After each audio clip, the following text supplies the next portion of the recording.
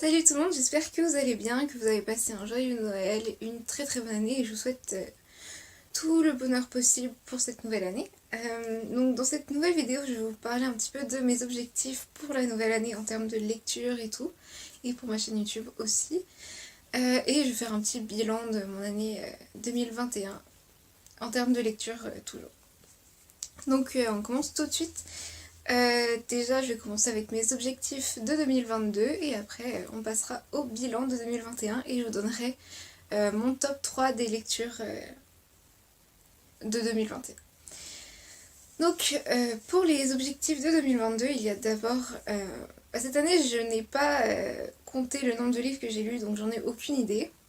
Mais je me suis lancée comme défi cette année de mettre de lire 50 livres, entre 40 et 50 livres cette année.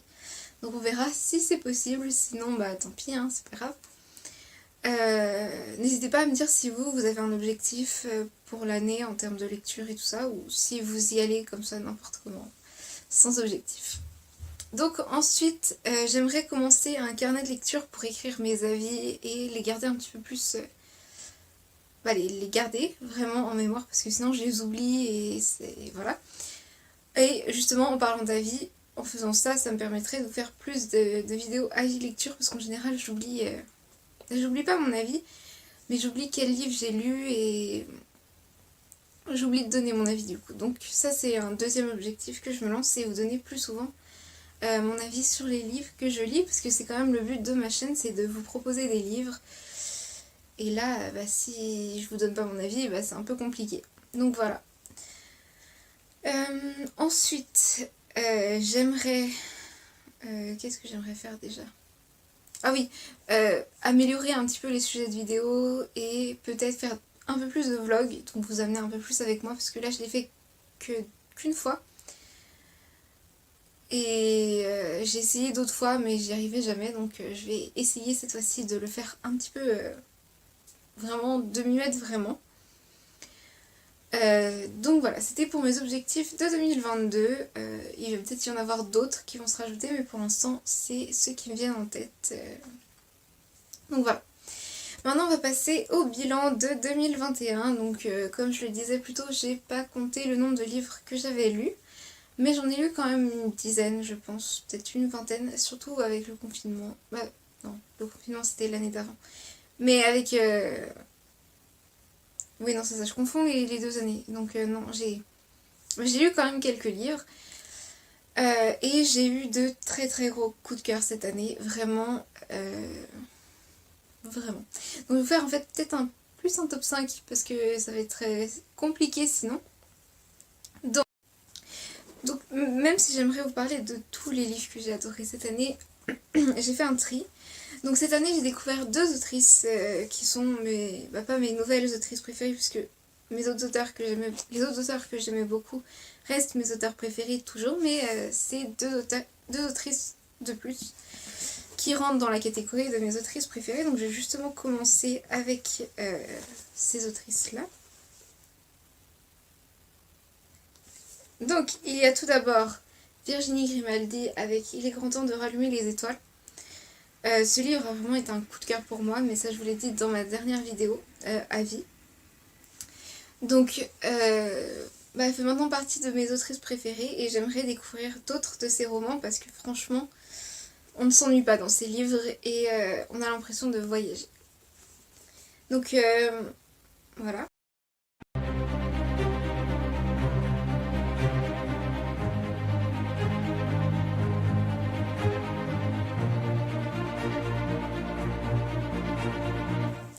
Ensuite, il y a un livre que j'ai lu au tout début de l'année, je pense. Et je vous en ai parlé dans ma toute première vidéo. Mais le problème, c'est que je me souviens plus si je l'ai lu en 2020 ou en 2021. Mais c'est pas grave, je vais quand même mettre dans mon top de l'année 2021. Donc, il s'agit de 10 jours avant la fin du monde. Ça, franchement, j'ai adoré. On a vraiment l'impression d'être avec eux, en fait, de vivre cette fin du monde et c'est hyper stressant. Surtout que chaque nouveau chapitre, il y a un décompte, on voit le temps qu'il leur reste Et on se dit mais est-ce qu'ils vont réussir ou est-ce qu'ils vont mourir et voilà. Donc c'est vraiment génial et c'est pour ça que je l'ai mis dans mon top de l'année.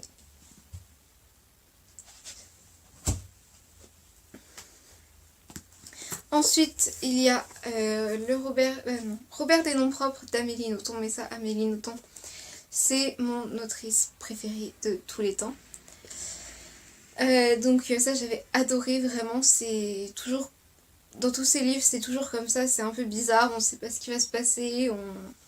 Et on découvre au fur et à mesure que l'histoire passe. Donc c'est ce que j'aime beaucoup chez elle. Alors, on va passer maintenant à une saga qui est dans mon top, puisque je ne pouvais pas m'empêcher de mettre la saga au complet. Il s'agit de la saga La Sélection, donc que j'avais lu cet été, que j'ai... en fait, j'avais découvert le tome 1 cet été, et j'ai lu les tomes 2 et 3 après, donc franchement, c'était une super bonne découverte. C'était absolument génial comme saga. D'ailleurs, j'ai les 2 autres tomes et on va voir ce que les 2 autres tomes me réservent. Mais je vais, je pense, relire cette saga. Ensuite, un autre livre vraiment absolument génial et je pense que tout le monde devrait le lire au moins une fois dans sa vie. Il s'agit de Nos étoiles contraires de John Green, publié aux éditions Pocket Jeunesse, comme La Sélection qui a été publiée aussi aux éditions Pocket Jeunesse. Le livre de Virginie Grimaldi a été publié chez Le Livre de Poche. 10 jours avant la fin du monde a été publié chez Gallimard. Et celui d'Amélie Nothomb chez Albin Michel. Ce que j'oublie, justement, dans mes objectifs, c'est ne pas oublier ce genre de détails. Parce que c'est un peu dommage. Donc, justement, je vous en avais parlé aussi de celui-là. Et c'est un véritable coup de cœur. Donc n'hésitez pas à me dire combien de livres vous avez lus cette année, si vous avez compté, ou si vous avez eu des coups de cœur comme ça dans l'année. Donc voilà. Et j'ai oublié de vous le dire, mais j'ai un autre objectif, parce que j'avais fait une vidéo il y a un moment, où c'était une vidéo mes sagas en cours. Et là, si je recomptais le nombre de sagas que j'ai en cours, j'en aurais beaucoup plus que 16, au moins une vingtaine. Donc mon objectif, ça va être de diminuer le nombre de sagas en cours et aussi le nombre de livres dans ma palle. Donc voilà, j'espère que cette vidéo vous aura plu. N'hésitez pas à me dire ce que vous avez comme objectif et votre top de l'année 2021. Donc je vous souhaite une très très bonne journée et une très très bonne année 2022 aussi. Donc bye.